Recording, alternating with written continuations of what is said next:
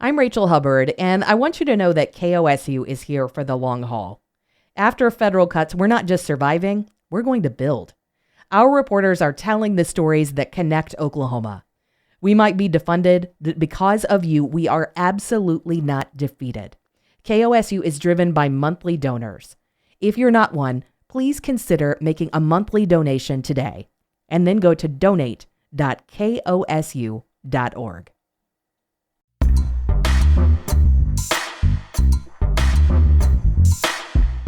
This month on Focus Black Oklahoma, hear about the whistleblower fired for reporting rapes of inmates by prison staff at the Dr. Eddie Warrior Correctional Center.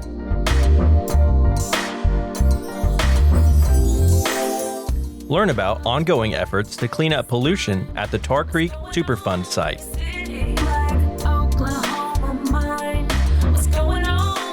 Review efforts by the City of Tulsa to combat homelessness and the public's response.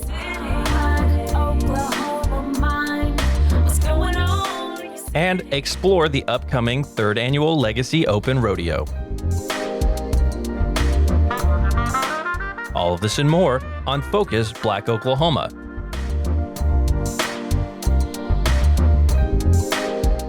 Focus Black Oklahoma is sponsored by Phillips Seminary, presenting Pride at Phillips on October 13th with guest lecturer Dr. Cody Sanders.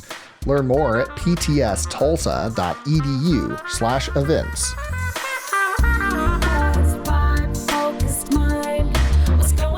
This is Focus Black Oklahoma. I'm Jacob Littlebear.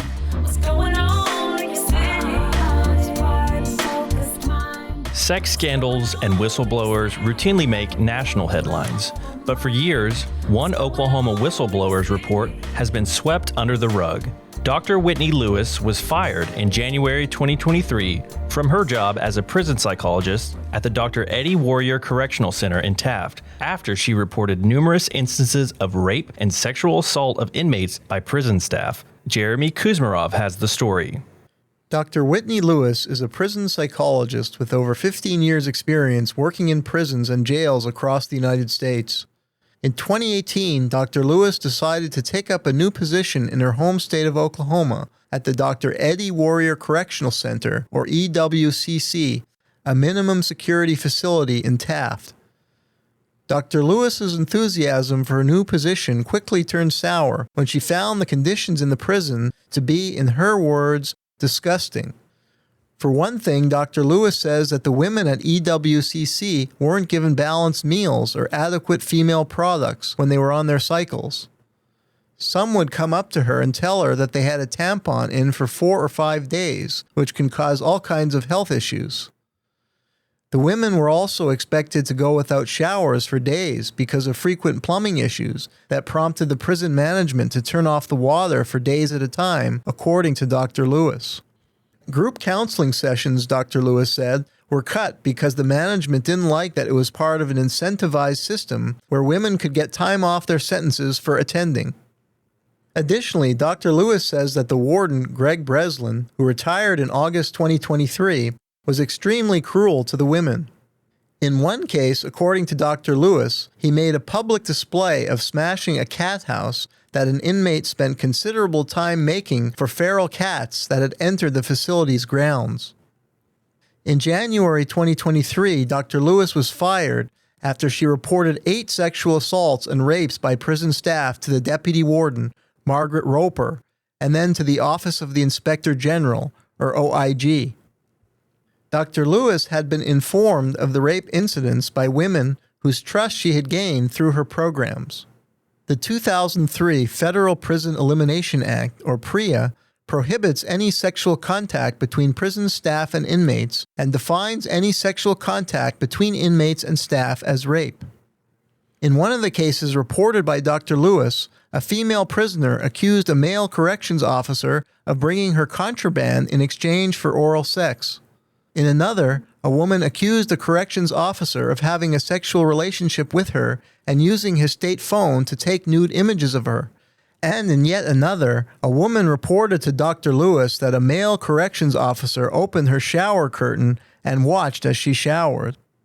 A ninth case reported by Dr. Louis involved a woman, Amber Bacon, who was groped and sexually harassed by a career tech instructor at EWCC for whom she worked as an assistant. Her case was profiled in the Frontier in March 2025. After her initial report to Roper, Dr. Louis created a list of names that included officers accused, witnesses, and alleged victims, which she gave to an OIG agent, J. Dale Hunter, via email so he could contact all the women who made allegations or witnessed the sexual abuse. As time passed, Dr. Louis says that she talked to inmate victims who told her that no one from the OIG had ever spoken with them. Dr. Louis herself was also never interviewed by investigators, who only interviewed the prison officials in question. No charges were ever brought against correctional officials who resigned instead of facing punishment for their illegal actions, according to Dr. Louis and other prison staff. At least 5 correctional officers resigned around the time Dr. Louis submitted her dossier to the OIG. Dr. Lewis's report to the OIG included a statement by a prison employee, Heather Hugart, who said that she was informed by 2 inmates that their friend was having sex with an officer and that everyone on the yard was talking about this. They don't want to have egg on their face because I think that they think it would be a bad look for them. If the rapes were brought to light, that is. Most of the time, these officers would entice them with saying, I'll bring in drugs, or I'll bring you cigarettes, or I'll give you extra time going out and walking around the rec yard, you know? They would bring cell phones constantly for these inmates. We actually had one inmate, and she was found with a cell phone, and they said, well, where'd you get this cell phone? And she said, well, I was having sex with Officer so-and-so. They then put her in segregation, and they kept her in segregation for over 3 days with no shower, not being able to go to the bathroom to clean herself because they said they were going to do a rape kit on her. And then they never did that, and they transferred her to a higher security prison. Dr. Louis continued. One officer actually recorded oral sex with the inmates on his cert phone, and it was given to the associate warden, and she deleted that. She was also the person that was over the PREA investigations, which is Prison Rape Elimination Act, which is a federal mandated program that they're supposed to abide by. PREA was enacted because there is a power differential, and inmates cannot, in their positions, give consent. Posters hung in prisons advertised the illegality of sexual relations between inmates and staff. And one of the first things correctional officers learn during training is to never sleep with or engage in sexual contact with an inmate. Whenever you have inmates within custody, they no longer can give consent, period. Like, it can never be a verbal consent. There's always the power differential. So no matter if an inmate says, oh, yes, I would like to have sex with you, officer, they can't give that consent because of the power differential. But Dr. Louis says this guideline was not followed at EWCC.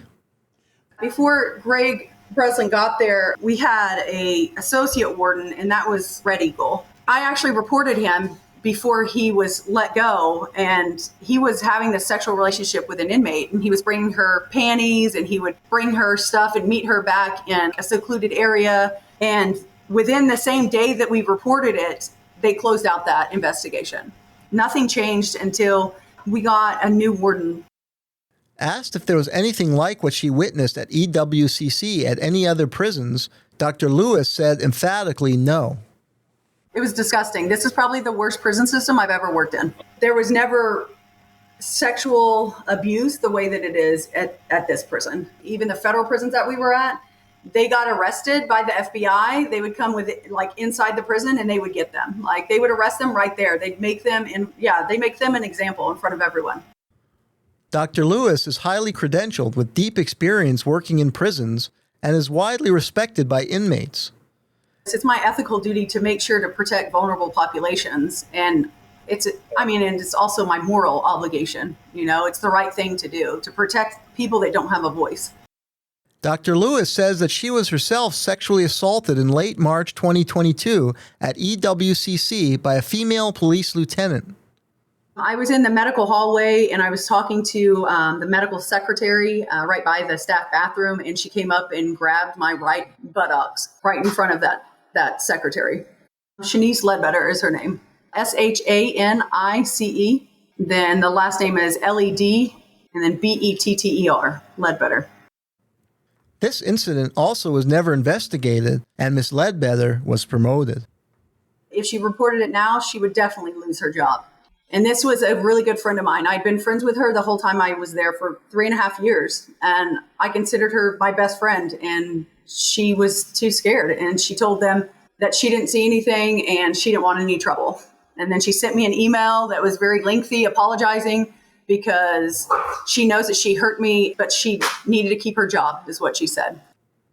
The official reason for Dr. Lewis's firing, which came after she filed for whistleblower protection status and filed a retaliation complaint through the U.S. Department of Labor, was that she failed to report on an inmate's dream that portended violence. However, Dr. Louis said that she could not forecast an act of violence because of a dream and was under no professional obligation to report what an inmate told her about her dream, which was said in confidence. She was a squeaky wheel, and she reported things that DOC didn't want to be reported. She's not a bad employee. She doesn't have a horrible history. Her activities of reporting rapes that weren't being reported, I think that ultimately cost her job. That was Matt Frisbee, Dr. Lewis's lawyer, testifying before a House Committee on Criminal Justice and Corrections on July 23, 2023. Oklahoma Department of Corrections, or ODOC spokesperson Kate Thompson, said that the ODOC could not comment on Dr. Lewis's case because of the ongoing lawsuit and court cases. Previously, Thompson told Oklahoma Watch in May 2023 that the rape allegations at EWCC had been investigated but found to be unsubstantiated. However, Jimmy Harmon, chief of the Attorney General's Criminal Division, told the Oklahoma State House's Committee on Criminal Justice and Corrections in July 2023 that Dr. Lewis's complaint was reviewed by the Oklahoma Attorney General's office under John O'Connor, but never investigated. O'Connor served in that position from 2021 until 2023. Harmon said that when Gentner Drummond replaced O'Connor in January 2023, his office did not conduct an independent investigation into specifics of the complaint, but rather attempted to confirm if the Corrections Department had investigated the complaint and did not speak to individual witnesses. What I've been told is they looked at it, I wasn't quite sure what to do with it. I don't think that they referred it to any type of criminal investigation, and I'm not aware that they reached out to DOC. I don't think any actions were taken. Harmon went on to affirm his belief in Dr. Lewis's accusations. I have no doubt that some of these things that Dr. Lewis reported happened. In particular, the one where the correctional officer admitted it. I don't think that was a false confession. And some of the other incidents probably did too. Harmon further noted in his testimony that it was, quote, suspicious, end quote, that all the prison staff alleged to have committed rapes resigned and that this should have resulted in further investigation. Mason Schaefer, a former state correctional official, testified before the same hearing that when he worked at EWCC, a correctional officer quit because he was under investigation for a PREA violation, but was subsequently rehired and promoted from corporal to sergeant, which to Schaefer was terrifying. Representative Justin J. Humphrey was the chair of the Oklahoma State House's Committee on Criminal Justice and Corrections, who questioned Schaefer and Harmon. Humphrey met with Dr. Lewis in his office after she was fired, and they reviewed an extensive dossier of legal evidence she submitted in her case. They're liars. We had a hearing on this issue. We called the top level person who investigated this from the Attorney General's office, Jim Harmon. He came over and admitted they had never talked to anybody. They said they talked to one person, and that was the person that DOC claimed investigated it.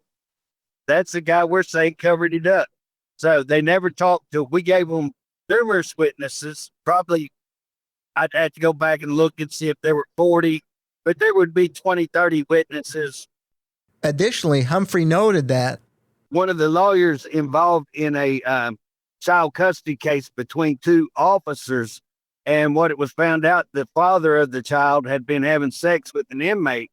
And so the lawyer for the wife calls the OIG, and OIG tells this lawyer, well, it was consensual, so we couldn't do anything. Now, here's what's funny. The lawyer volunteers as a chaplain at that same prison. And so he knew when that officer, when that OIG agent said that, he knew that was a lie. Humphrey says that EWCC is not the only prison covering up rapes in Oklahoma. Shortly after that, I got involved in Mabel Bassett, the other female prison, and they were able to get me a videotape of a correctional officer having sex with an inmate. And so, again, this is a common occurrence, and they're covering it up. It turned out that there was multiple incidents that occurred with this same officer, and they're falsifying it. They're changing their records. They violate the law. And how are you going to prove it if your AG refuses to investigate? And what's worse, it's not only that the AG won't investigate, but the AG stands up and says he investigated. Humphrey has very high regard for Dr. Louis, who he said, she has worked in many prisons, federal prisons, state prisons. She has extensive knowledge of prisons, but she's also went and got a degree in psychology to help inmates, to work with inmates.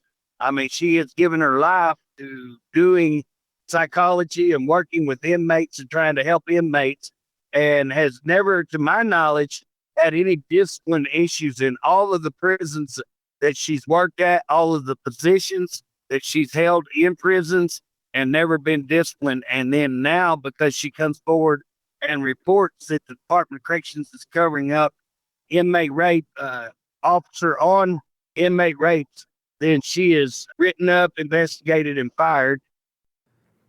After Dr. Louis was fired, she filed a lawsuit for wrongful termination and won her case twice in local court. However, the ODOC has appealed the case again, and the appeal is scheduled to be heard in district court on August 14th. I guess the DOC is concerned about it because they've hired outside legal representation that's about $750 an hour. I guess they have to give me back pay, and then they have to reinstate me. But their attorney has already said straight to my face that once I got my job back, that they would fire me. It is wrong when they threaten to fire somebody that they're saying, we will totally ignore what the court's order. And you got to kind of put it in context. We're talking about a law enforcement agency who is saying we're not going to follow the law. And when you have that kind of arrogance and ignoring the law and ignoring authority and nobody holding them accountable, you get the kind of agency and institution that we have right now that is completely out of control. That was District 19 Oklahoma State Representative Justin Humphrey. He emphasized that Dr. Lewis's case is not unique. Humphrey said that there have been 30 lawsuits filed against the ODOC for wrongful termination, and that people filing these lawsuits are winning their cases. It's not just Whitney. They're doing it with anybody who has the audacity to stand up and call out problems and try to hold them to the policy. Humphrey has faced retaliation for helping to expose wrongdoing in high places. He was removed from his position as chairman of the State House's Committee on Criminal Justice and Corrections. Humphrey is very critical of ODOC Director Stephen Harp, a close friend of Governor Kevin Stitt, who worked with him at his investment company. Stephen Harp has zero knowledge of institutions. He had zero experience, and it shows. He is the worst, and I'm talking hands down, walk away by far, the worst director I have ever seen in my life. When I say this guy's worst, I don't just say that. I'm saying look at the amount of murders that are occurring, yearly, and look at how many occur weekly. Look at the extortions, the level of extortion. You also got to look at their maintenance. They're falling apart. The prisons are falling apart, and nothing is being done. I had officers resign, just quit, show up at my office the next day saying that inmates would not be given a mattress, toilet paper, hygiene products, toothbrush, toothpaste, those kind of things for 2 weeks. That's supposed to be one of the first things that are handed out. This officer also reported watching 4 or 5 officers assault a mental health inmate, throw him on the floor, beat him, lift him up and throw him on a bed with no mattress, beat him some more. And that's why that officer quit. She also reported about a situation where an inmate had been raped and he'd been tied up, gang raped. She also reported they had took cigarettes and burned his feet. Representative Humphrey's investigation and Dr. Lewis's story shed a troubling light on Oklahoma's prison system, the lack of accountability for state officials who commit wrongdoing, and the mistreatment of whistleblowers like Dr. Lewis. The latter are being punished for doing their jobs and reporting violations of the law. For Focus, Black Oklahoma, I'm Jeremy Kuzmarov in McAllister.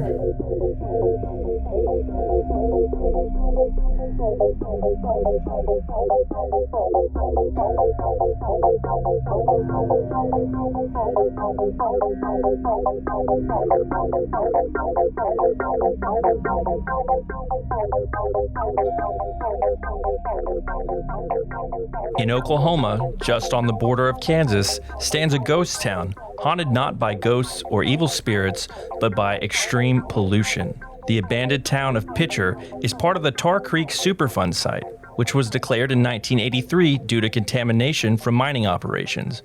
Over 40 years later, little cleanup progress has been made, but two non-governmental organizations are working to change that. FBO's Roma Carter has more. On the border of Kansas and Missouri in northeast Oklahoma, just north of Miami, lies a heavily polluted area, one of the most toxic environmental zones in the United States. This is Tar Creek, a stream contaminated with high levels of zinc and lead due to decades of mining. Located in and around the town of Picher, Tar Creek has been designated a Superfund Site by the Environmental Protection Agency, or EPA, since 1983, the name for the most hazardous areas in need of long-term cleanup. Lucas Freeman is a former resident of Picher. I grew up in Picher. I was in Picher public schools until my last year there was second grade, and then the schools closed down what would be my third grade year, but we left early, as did like 80% of the students. The writing was kind of on the wall that it was about to happen. So the pollution and the undermining of the area affected my childhood a lot. Superfund sites like Tar Creek are marked by high levels of toxicity from industrial waste. In this case, the improper disposal of mining byproducts by companies, such as Eagle Picher Mining Co., long since absolved of responsibility since the 70s, has left the land and water dangerously contaminated. Despite efforts from the EPA, tribal nations, and other governing bodies to clean the site, the damage remains extensive. Since the companies responsible were never held accountable, it is on the government to prioritize remediation efforts. Yet laws and politicians in Oklahoma have historically deprioritized the region. As a result, toxic mining waste continues to saturate the soil and leach into surrounding waterways, including Grand Lake. Massive piles of refined ore, known as tailings or chat, tower over the landscape, some reaching over 50 feet tall and stretching 2 miles from the now abandoned towns of Picher and Cardin. Freeman details, after you've mined it and gotten the major deposits out, you have what are like nationally known as tailings, and around Picher it's known as chat. It's fine, kind of gravelly looking mine tailings, and they're just massed up into large piles. Chat piles is like I played on them as a kid. And then those are just like deposits of rock with heavy metals in them, and then if it rains or if it gets really dusty and that blows around, it's just out. It's up on the surface instead of being in the ground where it's less exposed to that kind of stuff. In the 1990s, remediation efforts in Kansas and Missouri helped reduce the environmental damage in those states.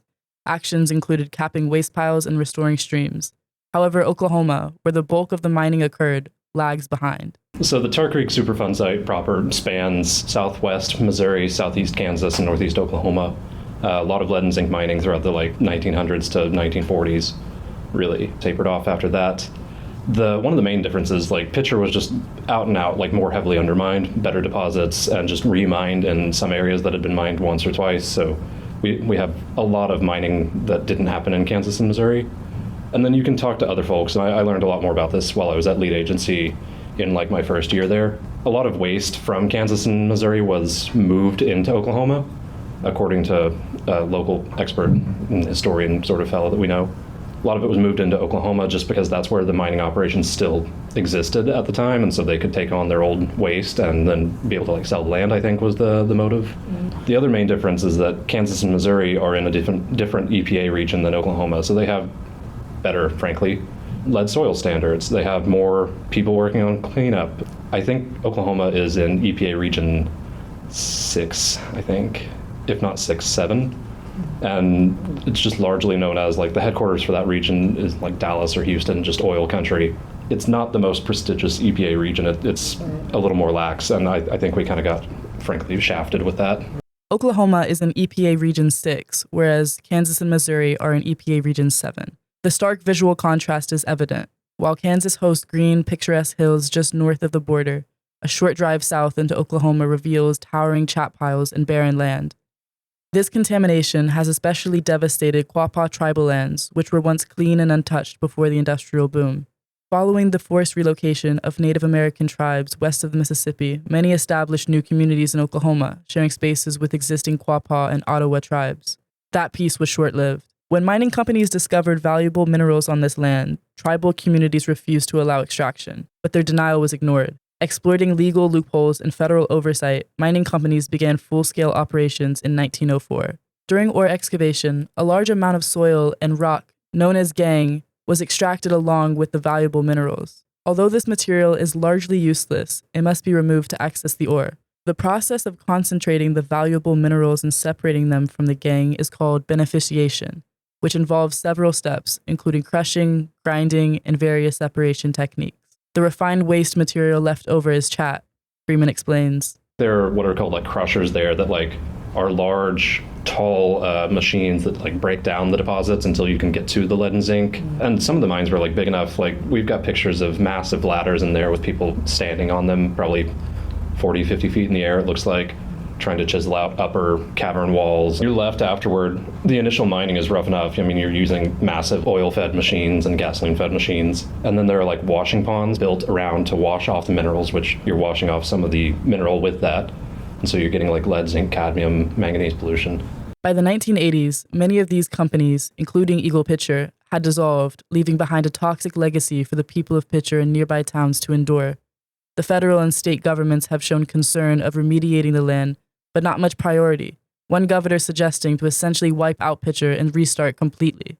Oklahoma had some governors who really wanted to, like, they knew that there was a problem up here and they really wanted to fix it, to the extent, like, one of them suggested just, like, basically blowing up Picher and letting it all settle, and then it would just become a pond. Tar Creek's mining history begins with production from 1904 to the 1970s, when extraction officially stopped per the Comprehensive Environmental Response Compensation and Liability Act, or CERCLA, passed by President Jimmy Carter in 1983, declaring Tar Creek a Superfund Site to the past 5 decades of environmental remission. While there has been a history of passive and neglectful treatment from governing agencies on remediation on Oklahoma land, several environmental groups seek change. Various residents and Picher schooling staff noticed abnormal behavioral issues from students and pushed for health investigation in the early 2000s. By 2010, a wave of housing buyouts were in effect for residents of Picher to relocate from their homes for health safety, especially regarding the health of children. Freeman adds, concerns with like mothers who have high lead levels, passing that on to their children, because that's one of the major concerns, and like children are more susceptible to issues with lead. Though small in scale, some initiatives from former residents and environmental groups have emerged to combat the lingering damage at Tar Creek. One of the most active is the LEAD Agency, a grassroots organization dedicated to raising awareness and pushing for remediation. A sister organization, Anthropocene Alliance, also known as A2, is a national coalition focused specifically on community action and advocacy related to environmental cleanup throughout America. Freeman is a regional Oklahoma handler that directs members and citizens interested in the cause. A2's purpose is to amplify small environmental voices that tackle big problems by empowering individual groups to reach one another as well as a broader audience. This environmental coalition hosts events for cleanup initiatives and to spread health consciousness in rural Oklahoma. One of my favorite events that we've done out there was like putting on the waders and clearing out the creek. Like you see a direct impact, you know the water quality is better because you can actually see it. A lot of these groups have opportunities like that, so maybe you'll really love it whenever you get out there and do it. Check out the A2 website at anthropocenealliance.org for more information on how to contribute towards a healthier Tar Creek. For Focus Black Oklahoma, I'm Roma Carter in Picher. You're listening to Focus Black Oklahoma.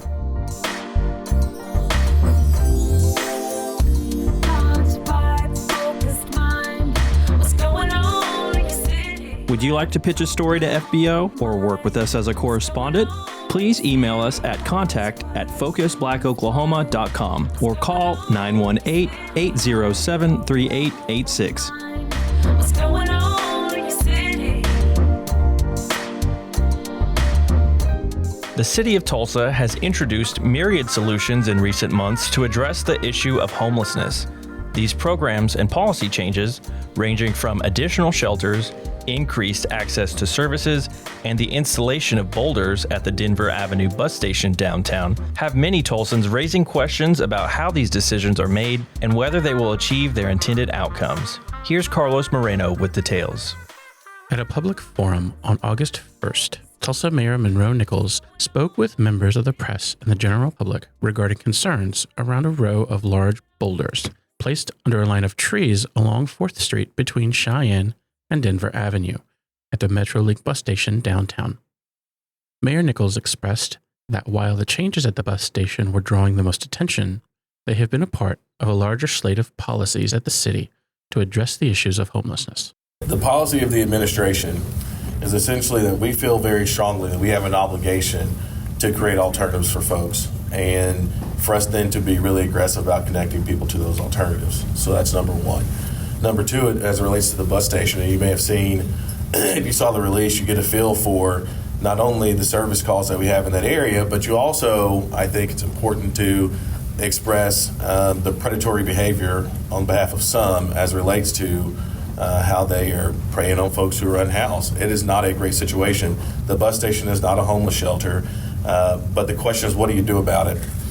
According to the point-in-time count, a survey coordinated by Housing Solutions, of those who are unhoused, 1,449 individuals experience homelessness on any given night, an increase of 4.3% compared to the previous year.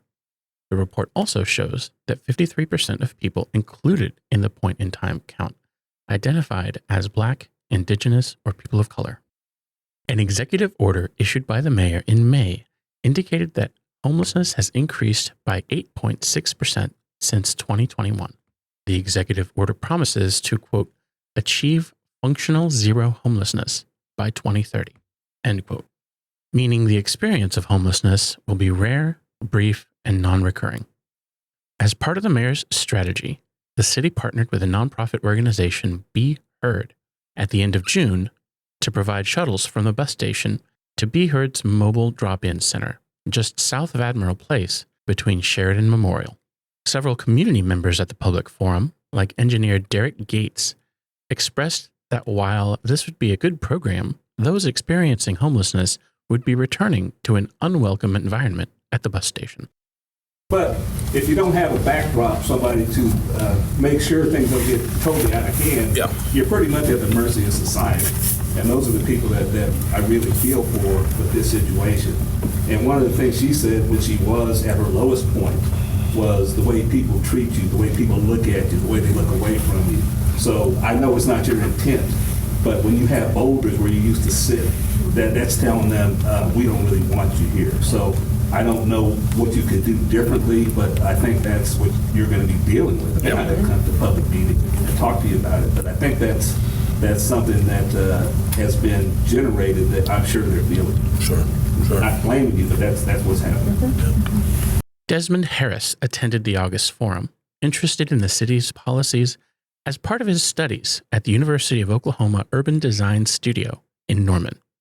Harris pointed out that some of these policies are in conflict with each other.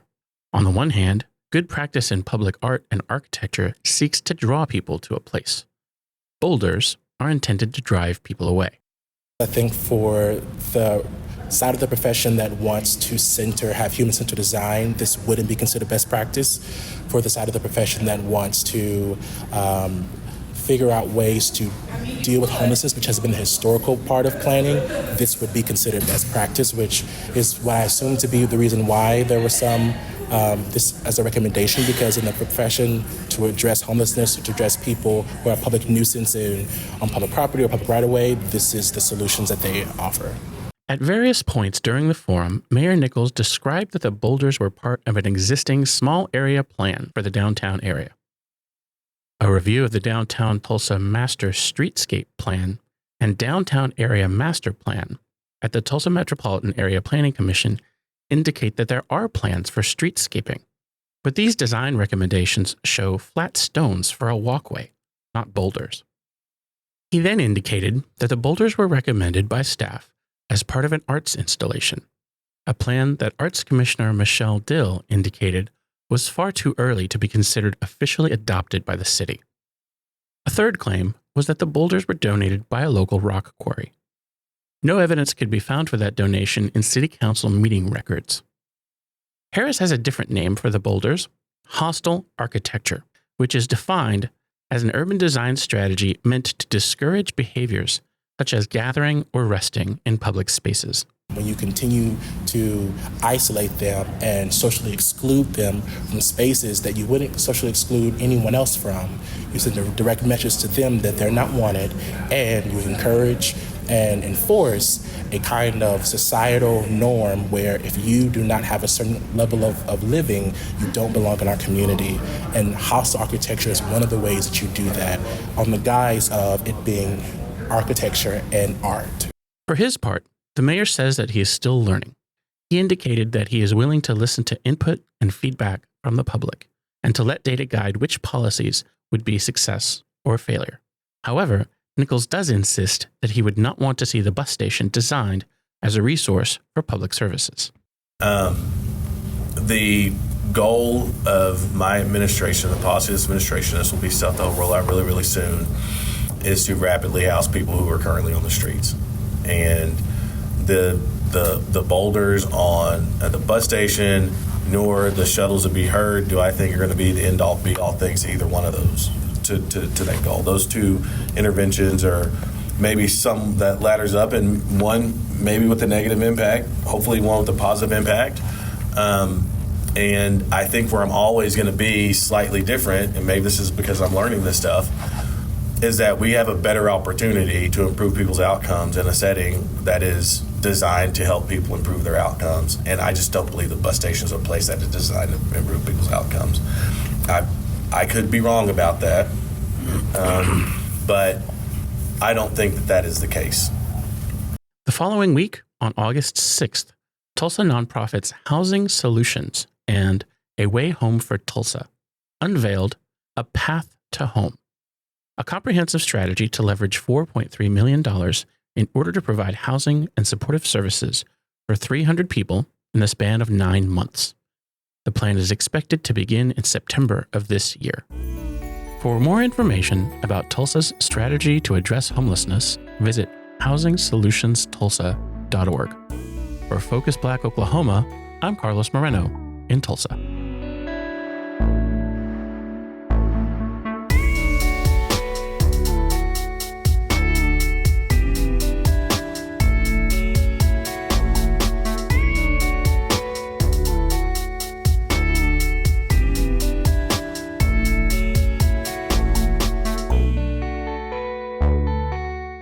The third annual Legacy Open Rodeo will take place Saturday, August 23rd in Purcell. Focus Black Oklahoma is a sponsor of the Legacy Open Rodeo, which is the only woman-led rodeo in the state. Here's Jamie Glisson. Black rodeos across the country have benefited from the recent rise in country western culture and fashion thanks to icons like Beyoncé and Louis Vuitton. Attendance is up, the energy is high, and the summer heat isn't holding anyone back. Because the original June 28th date was rained out, the third annual Legacy Open Rodeo will take place in Purcell, Oklahoma on August 23rd. Owner and producer Tiffany Guess is excited to welcome the Legacy Rodeo family. It was such a hard call to postpone the Legacy Rodeo in June. The rain really bummed us out, so we're more than ready to hit the dirt. My favorite thing about Legacy Rodeo is just watching everyone live out their best lives in the arena. The support from the spectators, whether they're rookies or vets, no matter the outcome of their ride. It is an encouraging, happy place that I'm blessed to share with my whole family and my rodeo fam. With the crowd more than doubling last year, this year is expected to be even bigger. If the stands fill up, don't worry, there's still plenty of room to bring your own chair. You know when you were a kid and you invited everyone you knew to your birthday party and the anxiety that hits just before in anticipation of no one showing up? Yeah, that's me every time. Last year, I was absolutely blown away at the community support. People always say that they'll come through for you, but actually doing it is a different story, you know? I was moved to tears several times throughout the night. It's just a great feeling to realize your dreams and then actually to see in them coming to fruition in real time, especially surrounded by all those that helped you get there, it's a great feeling. There are more than 10 different events on the schedule, but the crowd's favorite added attraction is Pony Express, a high-speed, action-packed relay race on horseback. The 2024 defending champion team, the Tulsa Outlaws, look forward to defending their title. Here's Tulsa Outlaw manager Maurice James. I'm Maurice James, president, creator, CEO, backbone structure of the Tulsa Outlaws. We are the 2024 defending champions, and we will be returning. Like I say, you never know which team you're going to draw. There's several good teams out of there, but the most dominant team is the Spencer Country Boys from Oklahoma City. By us being the two oldest teams in Pony Express, we've had several races, and they won most of them. So it's always exciting to race them because I'm still trying to beat them. Either way it goes, it won't be nothing easy. We are very ready to compete once again for this cup at Miss Tiffany Guess's Rodeo, the Legacy. So we want to be in that cup show once again, and we cannot wait to be there. Besides the action happening inside the arena, Legacy Rodeo has a great vendor lineup as well. From Tim the Hat Man's Western hats to Rob's Ribs' famous barbecue, there's something for everyone. Here's Alvin Roberts of Rob's Ribs. I'm excited of always promoting my niece, MC Guess. She's a wonderful young lady. She travels around the United States promoting rodeos. I'm very happy and proud of her for what she's doing. But when it comes to this Legacy Rodeo, this will be our third year, and I'm looking forward to it. People is always looking for good barbecue and go all the way to Kansas City and Texas, but the best barbecue is right here in Oklahoma. So if you come to Rob's Ribs, finger licking good, have brisket, have turkey legs, has puller pork, just suck it right off the bone. You don't even need teeth. It's just that good. The sauce we made from scratch. People love it. Want to know what I put in it because they can't stop eating it. Come to Rob's Ribs. In between events, be sure to check out our special project, Focus Black Rodeo, a traveling photography exhibit featuring local rodeo stars and fans from all over Oklahoma. Some of the FBO team will be there doing live interviews, handing out swag, and selling limited edition FBO Clack fans. Executive producer and Focus, Black Oklahoma founder, Quraysh Ali Lansana, shares his excitement.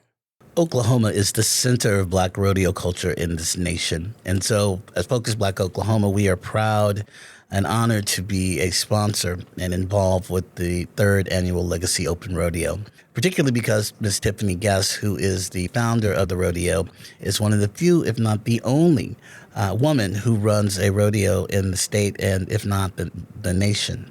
So we are proud and honored, and I'm always excited to get out to the rodeo.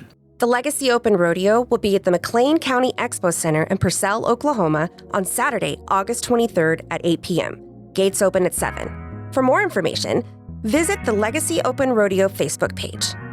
For Focus Black Oklahoma, I'm Jamie Glisson in Purcell.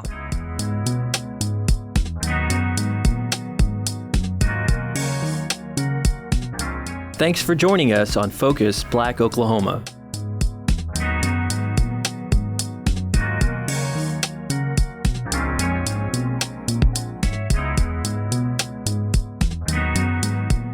It's been said that laughter is the best medicine, but when Sondra Slade was trapped at an airport gate with a loquacious lady, she had to come up with a new cure of her own. I love being home, but I also love traveling. It doesn't have to be an expensive, exotic location. It can just be an hour away to a different city. I remember when we could go all the way to the gate. As a poor college student going to Clark Atlanta University, I would use my MARTA transport pass, go out to the airport, buy some ice cream, and just sit and watch planes come in and out. I would watch people making their way to flights, either walking or running. I would watch the faces and reactions of those welcoming people getting off the plane. I could spend a couple of hours just doing that, making stories about what was going on in their lives. I miss the days of going to the airport to watch people. Now when I travel, I get to the airport early to recapture some of that people watching. It's interesting to see, but nowadays it seems that more people are in a rush, and it seems like even more people are there. While I do like to sit and look, I respect people's privacy. You know, as a frequent traveler, I started to get a bit worried when there were mishaps on the plane. I even thought about taking Spirit. I know people talk about them and complain, but none of those planes have ever had an issue in the sky. Maybe it's the spirits that are actually holding it up. I don't engage in interactions as most people have on their iPods, headphones, and their heads down looking at their phones. I tend to sit and play games, crossword puzzles, or just listen to music. I was doing this very thing when this lady came and sat by me. She looked innocent enough. Her wide-brimmed straw vacation hat, floral-printed swing pants, and yellow flowy blouse with matching flowers on the edge. I looked up and smiled and returned to my game. She sat down and wheeled her matching bags in front of her. The airport staff were getting ready to call our groups. I noticed that she kept looking at me, which is a clear sign that interaction was imminent. I started trying to remember where I put my headphones. Before I could find them, she started with questions in a slow southern drawl. So, where are you flying to? I answered, not looking up, to Wisconsin, digging in my bag to find my headphones. Oh, are you from there? No, I'm not. I remember short answers usually stop people from talking. Still making no eye contact. I'm going to Florida for a nice little getaway. You know, sometimes you have to give yourself a break. I muttered, yeah, you do. Now trying to look in my purse for my AirPods at a more hurried pace. So, are you going for work or for fun? I said a bit of both, regretting that I didn't just say work so the questions would end. In my mind, I was wondering why they haven't called the groups yet.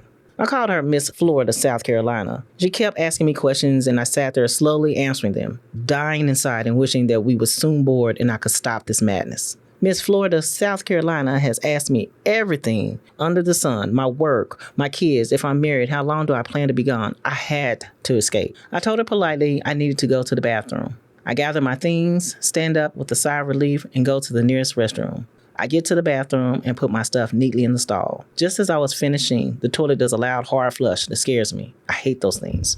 Once I finish, I make my way to the sink, which I can't get to work no matter how many times I move my hands. I start thinking my pulse is too low for it to detect it because the lady has been talking to me so long. I reapply my makeup, straighten my hair, and get out my Tic Tacs, the orange ones, to soothe my nerves. I go back to the gate area and see that my flight is delayed. And the only seat in the area, of course, is by Miss Florida, South Carolina. I don't want to stand up in the midst of everybody, so I begrudgingly make my way back to my seat. She is beaming, saying she just knew I'd be back. Just as I sat down, she is at it again. Was the bathroom crowded? I hate those automatic sinks, to which I agree with her. To which she took that as a sign to keep talking. As I am now thinking about heading to the airport bar and drowning myself in a drink and nachos for $40. At this point, I'm getting desperate. Then an idea dawns on me. I get up, excuse myself, gleefully gather my things, and head to the bathroom. I go back to my seat, and just as Miss Florida, South Carolina starts talking, I pull out my pill bottle and chug a couple of pills and sip on water. She continues talking about how she makes sure that everything is coordinated. I take more pills, and I see she notices. I answer one or two questions, then she starts talking to me about how she doesn't get sand everywhere. 10 minutes go by, and I take more pills. She is looking nervously at me, and my smile gets brighter. Suddenly, she stops talking and says that she has to go to the bathroom, to which I wave in the general direction of the bathroom and tell her, now don't get lost. About 20 minutes go by, and she hasn't returned. My flight is back on schedule, and I'm feeling good. I'm getting my stuff together, and one of the gate attendants comes up to me and asks me if I'm all right. I laugh and say, yes, thanks for asking. She sits down and in a more serious tone asks me if I feel okay. Now I'm worried, and I say, what do you mean? She says, someone noticed that you were taking a lot of pills. I look down and start giggling. I reach in my pocket and pull out the pill bottle. I tell her I put Tic Tacs in the bottle to stop the lady from talking to me so much. The attendant laughs a little to herself and said that wasn't nice. And I said that was the only way I could think of to get her to stop talking to me. I told her, well, you keep talking to her. The attendant says, oh no, I already had a lengthy conversation with her, and I might be back for those pills.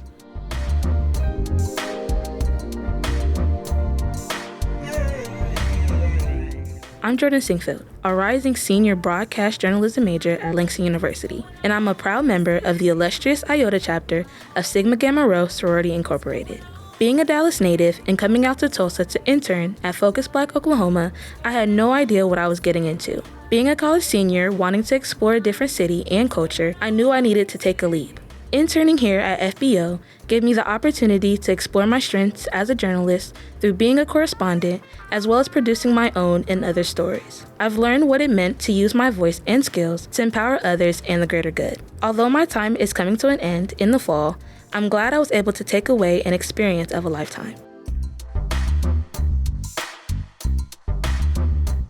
Focus, Black Oklahoma is produced in partnership with KOSU Radio and Tri-City Collective. Additional support is provided by the Commemoration Fund and Press Forward. Our theme music is by Moffitt Music. Focus, Black Oklahoma's executive producers are Quresh Ali Lansana and Bracken Clark. Our associate producers are Smriti Iyengar, Jesse Ulrich, and Naomi Agnew. Our production interns are Alexander Evans, Jordan Sinkfield, Jessica Grimes, and Roma Carter.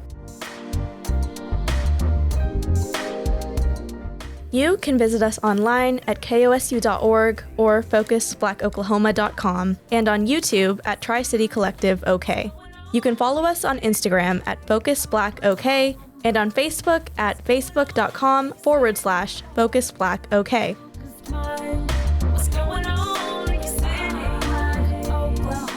You can hear Focus Black Oklahoma on demand for free at kosu.org, the NPR app, npr.org, or wherever you get your podcasts. Did you know KOSU accepts vehicles as a form of support? You get a tax deduction, and we'll take care of the rest. Visit kosu.org or call 855-277-2346. Oklahoma City is pretty big. Take it from Mayor David Holt. The city limits of Oklahoma City clock in at 620 square miles. That means we are the size of 8 Cleveland, Ohios. Washington, D.C., yeah, we could take 10 of those. Pittsburgh, Pennsylvania, we're 11 Pittsburghs. Luckily, KOSU's OKC Guide is here to break it all down, district by district. Head to kosu.org/OKC Guide to check it out.